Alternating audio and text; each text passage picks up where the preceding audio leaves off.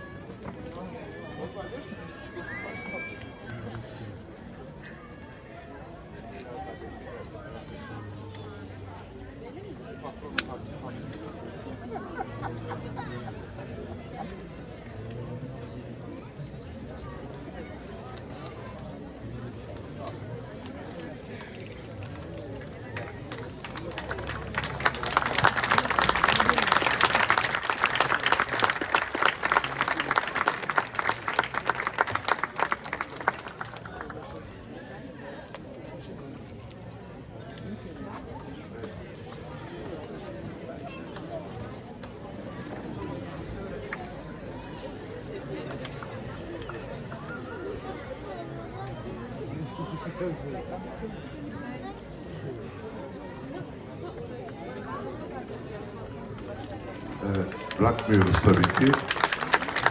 Öncelikle ben sahnelere alışkın olduğum için şunu hemen şöyle bir vereceğim. Biraz ortaya geçmek istiyorum müsaade ederseniz tabii ki. Öncelikle hepinizi buradan saygı ve sevgiyle selamlıyoruz. Bizler Balkanların incisi, en güzel ülkesi Makedonya Resen'den geldik.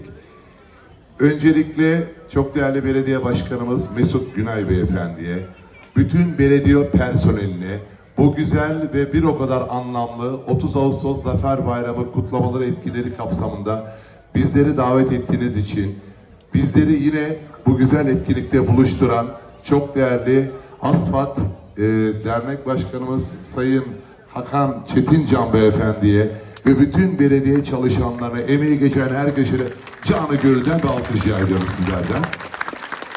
Çok teşekkür ediyorum. Borçe'den de çok değerli dernek başkanımızdan da birkaç cümle alacağız. Ardından da tercüme edeceğiz. Nešto da zboriš, poslije će prvi ideme. Da zboriš nešto na makedonski, poslije će prvi ideme. Naci Bey, tabii ki Naci Bey de şöyle. Naci Bey, ben tercüme etmeyeceğim. Mikrofon, yo, sizin Türkçeniz de var canım, sıkıntı değil.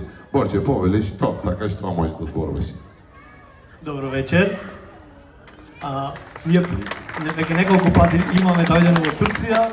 Фала ви за вашето гостопримство и се надевам дека пак ќе бидеме дел од овој фестивал. Öncelikle herkese iyi akşamlar diliyoruz. Türkiye'ye ilk gelişimiz değil ama yatağına ilk gelişimiz. Sıcak karşılamanızdan dolayı hepinize ayrı ayrı teşekkür ediyoruz. Bir dahaki etkinliklerde, böyle güzel ve anlamlı etkinliklerde tekrar görüşmek üzere. Hepinizi saygı ve sevgiyle selamlıyoruz. İyi akşamlar, iyi seyirler, iyi eğlenceler diliyoruz.